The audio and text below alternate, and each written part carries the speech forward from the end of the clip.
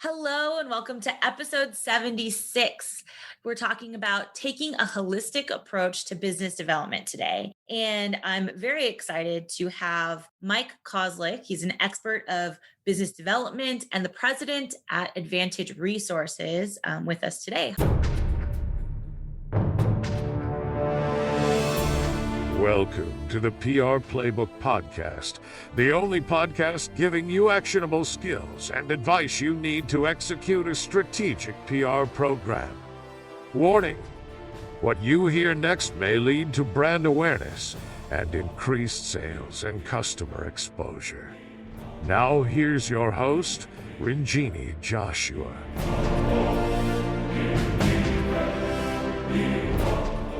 Hello, Mike.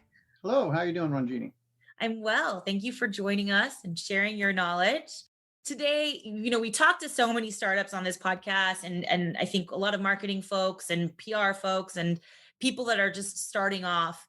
And they really want to hopefully to get to the next level of brand awareness, which is why they're probably investigating PR in the first place. So I thought it would be really useful to speak with an expert on business development and lead generation, because that's obviously a very close part of what we're doing here in PR as well. So I would love to start with just a quick background from you, and then we'll talk a little bit more about holistic marketing. Sure. Well, I've been running my company for about, since 2006, so almost 20 years. And when I first started this company, we were focused almost exclusively on federally facing small disadvantaged businesses, what the SBA calls 8As. Mm-hmm. And there is a process that goes on when you do government contracting, and it's a long and convoluted process. And I realized that there were a lot of other businesses that needed a process in order to be effective in creating a constant flow of new business. So I kind of took what I knew, took what I experienced, combined it with what I had done in the commercial world, and prior to that particular thing, and created this company, and then expanded it to small businesses.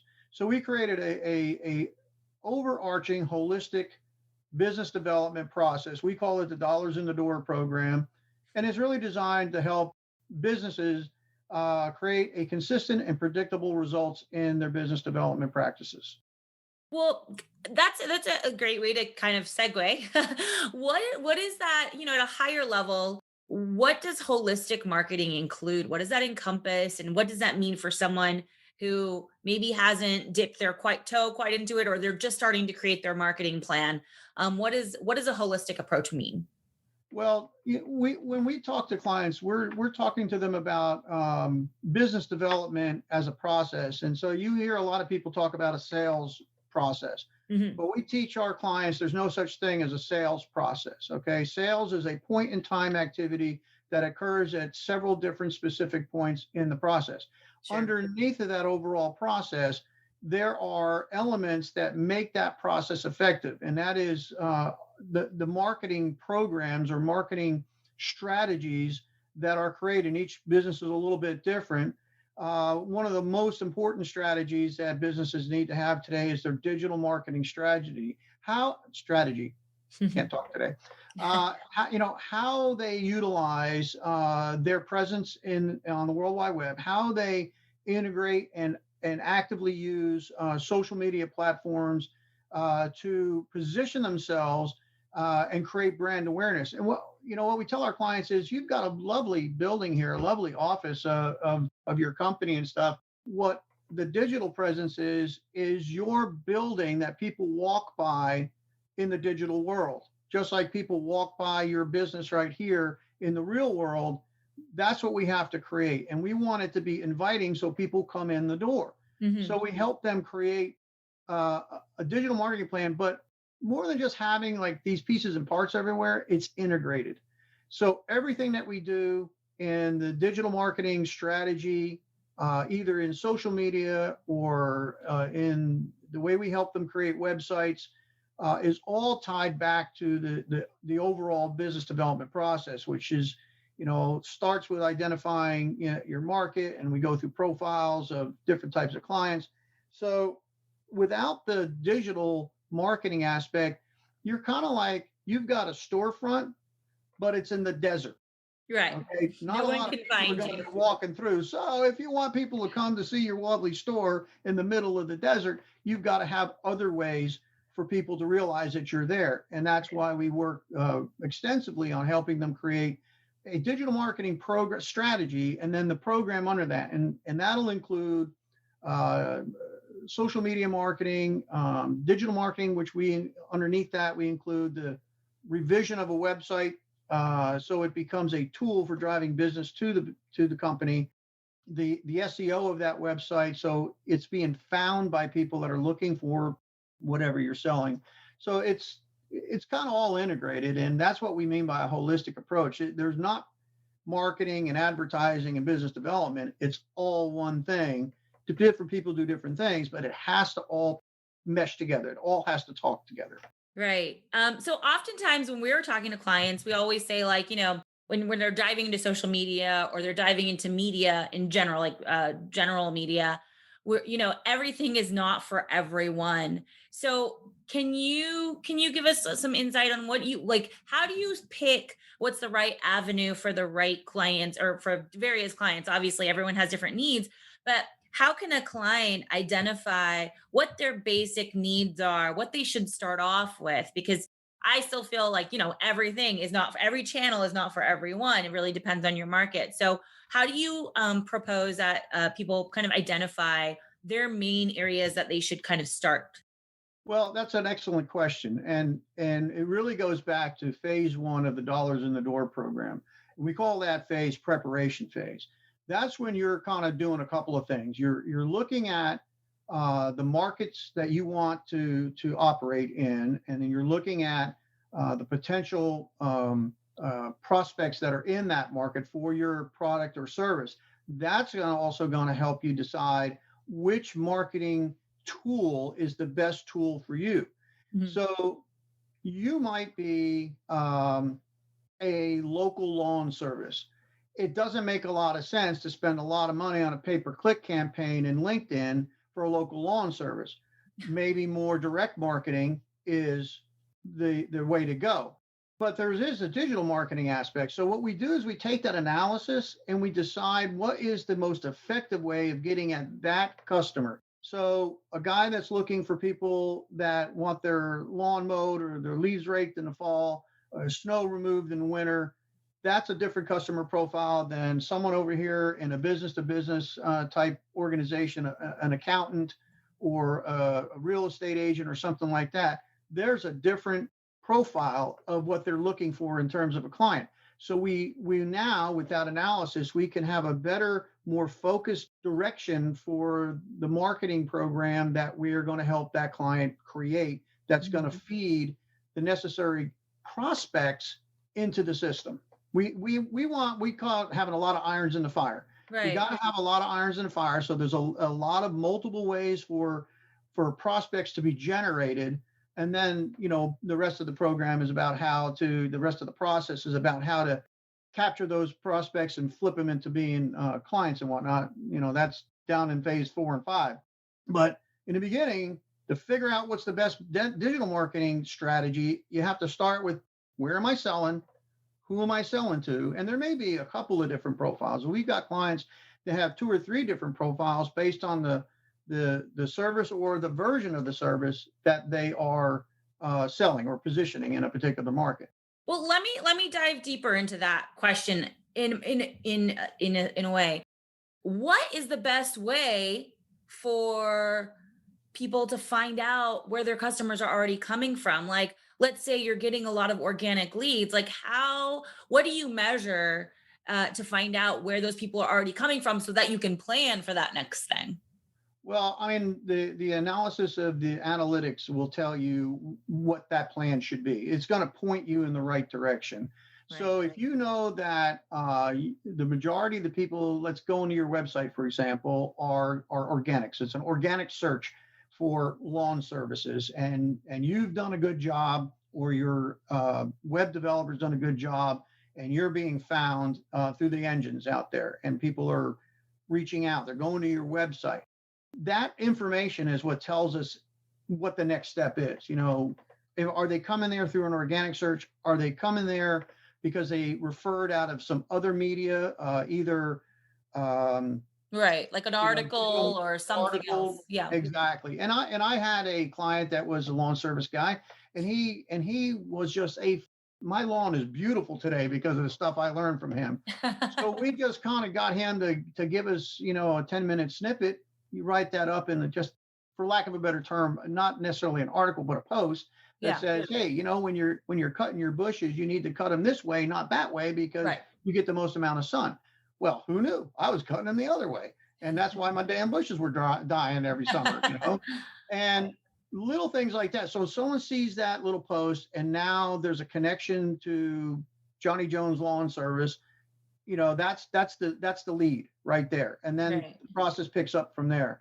But the digital marketing is designed to figure out, okay, where are the people that are most likely to use my service? How do I get to them?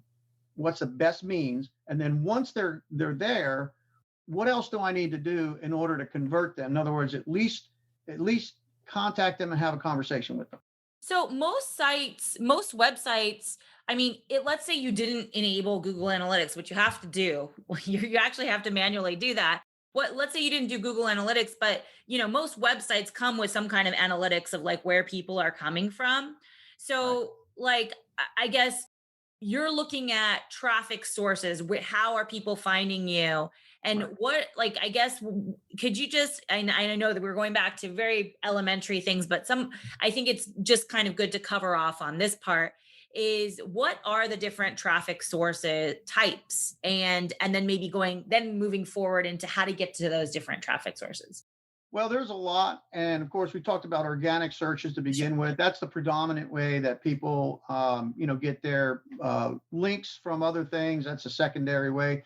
But we have a lot of small privately owned businesses that, they're not marketers. So that kind of stuff is like 20,000 feet above them. So what we say is, what we want to do is have these systems in place that drives people that are interested in your product or service to a specially designed website. And what we mean by that is we convert our clients' websites from being, a bulletin board to a place where people can find out more information about whatever they're looking for. No matter where the source came from, it's all funneling down to a website. And we build off-ramps on every page of the website. And what that means is, like, if you have 5 services, you might have 5 different pages. There is a specific off-ramp, and what we call it, contact us pages is typically what the people would refer to them as. But in a lot of businesses, we get them to create a 1-page information paper, a white paper, if you will, on some aspect of that service. And John, someone that's interested in left-handed wind switchers, because they went to your website, they found left-handed as opposed to right-handed wind switchers, that's a different page. Okay. They fill out that form and they ask for the white paper on left-handed wind switchers. Well, now the client has a tool to use. They have a name, they have a company, they have a phone number, they have an email. You've sent them a white paper. You now have a reason to call them and begin the rest of the process. So regardless of where the contact comes in from, we want to now funnel that to a place where we get usable information. And that is from the form that we fill out or that we create in the website for someone to say, hey, I want more information on this or that. And this way, the customer, our client, knows what this person is interested in. So that conversation can be more specific. In that wind switcher scenario. That's my famous scenario, by the way. Yes, I know. I got left-handed wind switchers, right-handed wind switchers, and ribbon diverters. So ribbon diverters. So. So I like it. It's memorable. So in this wind switcher scenario, how can the client, the company, figure out what people are searching for? Like, obviously that has to do with SEO, but how do they know to create that white paper on left-handed wind switchers? Like is there like a free tool or some kind of tool people can use to kind of find out what the most commonly searched terms are for that? There's a lot of tools out there for searching keywords. Yeah. And search engines base their algorithms on a number of factors. But, how often keywords show up in your content. So we're building those keywords into the websites, the content, the descriptions that are on the websites. But we want to have information that says, here's the tip of the iceberg, but there's more. Mm-hmm. But wait, there's more. Fill out this form and we'll send you a white paper. And really, that has two effects. One, somebody gets more information. Two, the customer gets contact information. But really, there are, and I can't even name them. I have guys that do that for me, Mm-hmm. that have all these tools that go and look up. Okay, I'm selling left-handed wind switchers. What would someone commonly search on? And we look up those keywords. And sometimes some clients, it is valuable for if they're building a pay-per-click campaign. So a lot of small businesses, they don't really benefit from a pay-per-click campaign, but they could if it's done right. Right. But the first step is understanding, what are people looking for? What are the words that the average person is looking for to find something about left-handed wind switchers? Yeah. And I think that's a challenge that I think some people, especially some startups, have, because they're thinking about their business day in and day out, right? So like it's hard to kind of back up and get that high level view of like, what's the actual Google search that is sending people there? Like, Well, what Google are they search, actually typing? Yeah, Google has a tool that if you use the Google tool, and I can't remember the name of it right now, it will tell you what the most searched on word for that area is. Mm-hmm. I mean, and so you just simply start building a list of keywords and integrate them into the content of your website, integrate them into the content of your posts, integrate them into the content of your articles that you put online, your blogs, and all of that gets you a higher recognition, if you will. You want to try to be on the first page if possible in a search engine, whether it's Google or Yahoo or one of the other ones. Mm-hmm. And that's just the starting point. That's where people click on that button that says website, and they go to your website and they can now get more detailed information. But it's that word in the beginning that got them there to begin with. And you can do that. There's dozens of tools, and you can go online and figure out maybe 6 or 7. Google has one, Yahoo has one. Yeah, we'll list them in our show notes here. We'll list some tools for people. Yeah, I mean, there's lots of them, and they're free. Now, Yeah. there are some that you can pay money for, and they probably are much more precise. Yeah. But if I'm using the Google tool, it's telling me what people are searching on Google for. I'm going to use that word, because that's the predominant engine. Going back to what you were mentioning about being the first, right, in the Google search, can you tell us a little bit more about some of the ways or some of the things that you can create, whether it's content, advertising, SEO, whatever, that can get you ranked as the number one? Like, what are a few elements that go into being ranked? Well, I mean, you just mentioned them. The SEO in your website, for example, is based on keywords showing up in your content. Sure. It's also based on your backlinks to either someone got to your website because they went to a LinkedIn article, or they went to a Facebook business article, or even a Google business posting that you had, and they worked their way back to your website. So you got backlinks. That helps in terms of where you show up on the search engine. Sure. And of course, Google apparently is changing their algorithm again. I can't keep up. That's why I have people that do it for me. So, but the objective is to ensure that you have a number of different ways for the search engine to see that you're an active, and you got to change your content too. We tell our clients that, it's not static. That's why you had a bulletin board from 1977. Okay. And you weren't generating any business out of it. Right. So part of the process is you always have to kind of be a little bit more creative and on an ongoing basis, update your content, update your keywords that are built into your content, so you continue to rank higher and higher. How often do you think that should be? Is that weekly, daily, monthly? Well, we like to look at it every month, and we want to see if there's any shift or change in, what phraseology, what terminology, what words people are using to find a specific thing. For, each customer is different.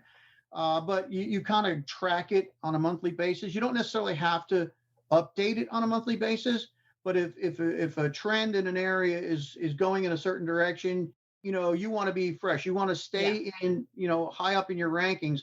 So, every 30 to 60 days, we'll modify the content a little bit.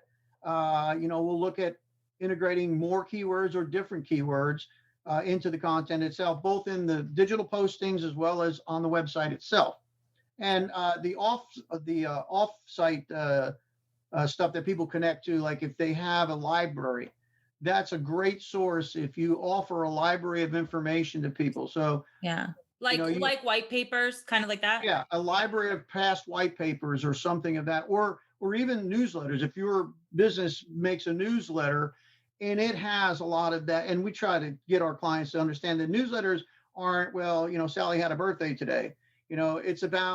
It's about your products and services and the value that they bring to solving a problem, and you kind of have them historically and they're hung on your website. That counts. Yeah. So all of that is part of the algorithm that determines where you show up in the rankings on all the different search engines. But predominantly Google's got like 90, I think I heard 95, 98% of the search traffic in the world goes through Google. And that means that 5% is split amongst everybody else. So Bing Yeah. and Yahoo and all the rest of them. That's crazy. That's So, crazy. they're the predominant algorithm, and you want to try to make sure that you are creating the conditions for success by following the things that algorithm is looking for, and ensuring that your digital marketing strategy incorporates all those elements. Mm-hmm. Yeah. No, that's excellent advice. So, I mentioned to you several times, and I think we've covered a lot actually in a short amount of time almost. But we like to focus on tips. So, how are people, and we're not talking so much small businesses, but maybe startups, maybe they have a little bit of a grasp on marketing, but not totally delved into it yet. What is the first kind of step to preparing to do the marketing thing? And then what are the first things you should look at when diving into a program? Well, the first thing that we look at is whether they have a website or not. If they Okay. don't, we have to build it. The second thing we do is we sit down and we look at, we build what's called a 12-month theme plan. So every month has a theme. And sometimes we do 14 months, but every month has a theme. And that's the theme that we're going to write posts and blogs and articles and, white papers that we give away. Sure. So we look at the small business and say, okay, the theme for January is this, and then we'll create a minimum of 2 or 3 paragraph or less little posts, and we'll hang them on, depending on what the customer wants. Some customers, a Facebook business page makes sense, some it doesn't. Some businesses, LinkedIn is the predominant media, and sometimes it's not. An up and coming tool is the Google business page. So we create this very beginning. We said, what do we want to talk about for the next 12 months? Break down your services that you provide into 12 different bite-sized pieces. And then we help them create content or stuff that we can post, a couple of sentences. Then we kind of help them post it if they want us to do it for them. Sometimes they do it. Sometimes they have somebody to do it. Sometimes they have us do it. But if you start with that, if you know what you want to say, it becomes easy to execute your digital marketing plan. Now you're getting out there. Now you're getting recognized. Now your storefront is open. People are walking by your digital storefront and it's attractive, and they'll want to come in and say, I want to see your merchandise.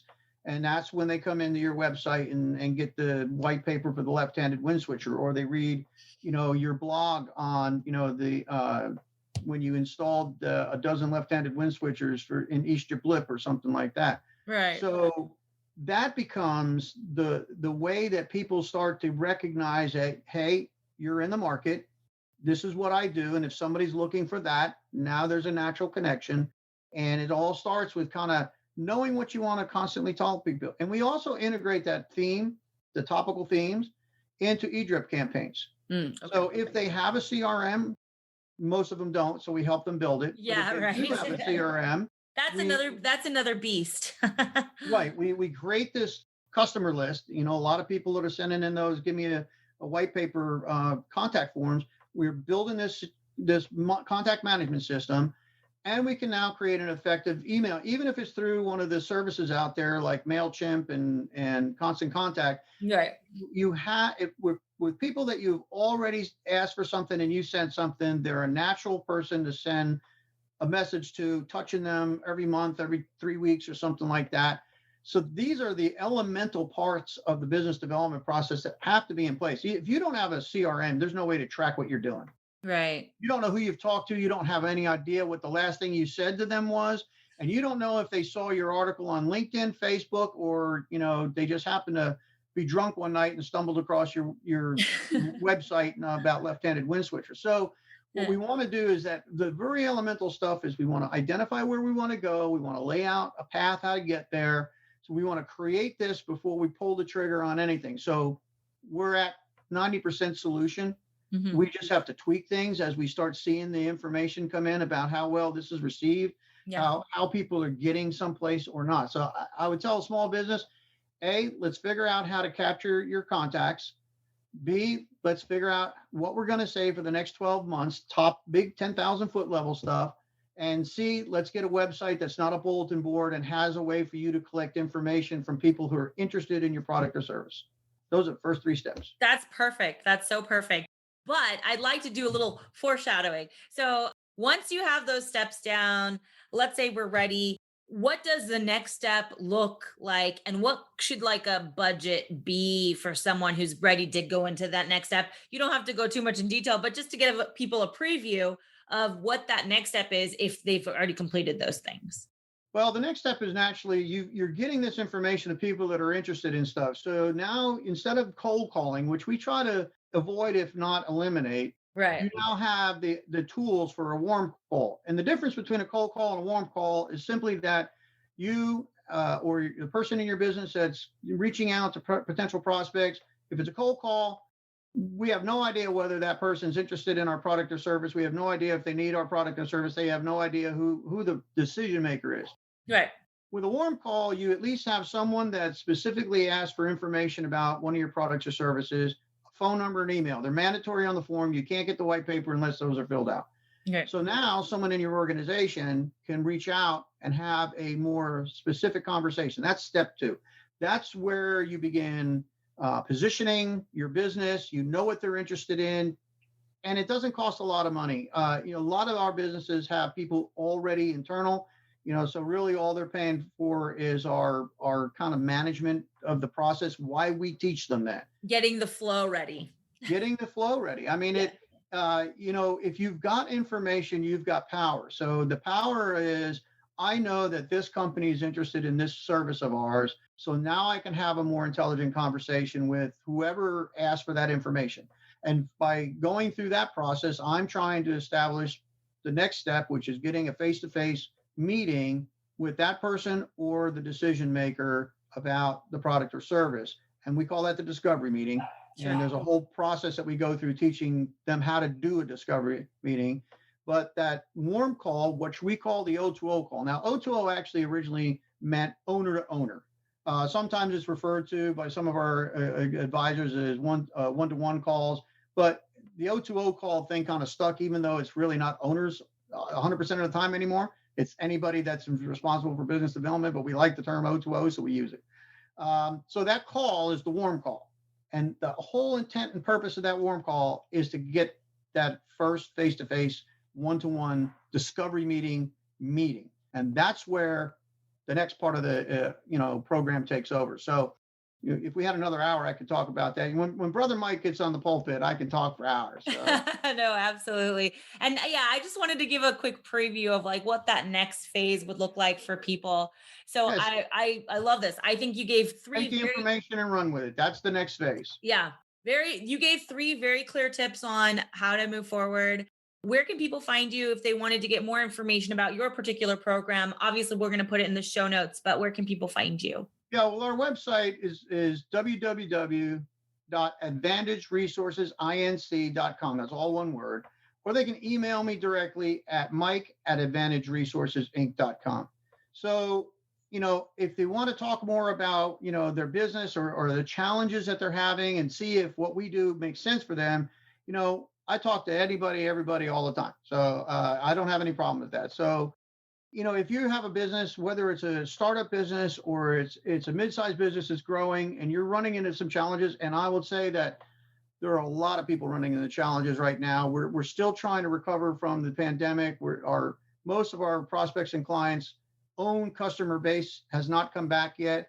So there's challenges in, I know I got to do something, but I don't have a lot to work with to do it. And so we work with them on that. But call me and we'll talk about it. I'm more interested in businesses being successful, particularly privately owned businesses. That's what we focus on. I want them to be successful because that's the backbone of the economy in the United States. And if small privately owned businesses are successful, we're going to have a strong, robust, and resilient economy. And if I can do a little bit to make that better, that's what I'm here for. Perfect. Well, I think these tips are very great. We'll have a little bit of I think I want to like kind of outline them in our show notes too, because we usually do have a transcript. So I'll pull out the transcript so everybody can see. But thank you for your time so much, Mike. Oh, you're today. welcome. Thank you for having me. Yeah. And then this will be great. So if you guys want to find Mike on LinkedIn, he gave you his contact information, and then we'll also have it in the show notes. We look forward to talking to you guys next time. All right. Have a great weekend. Have a safe and happy 4th of July. Thank you so much, Mike. Bye-bye.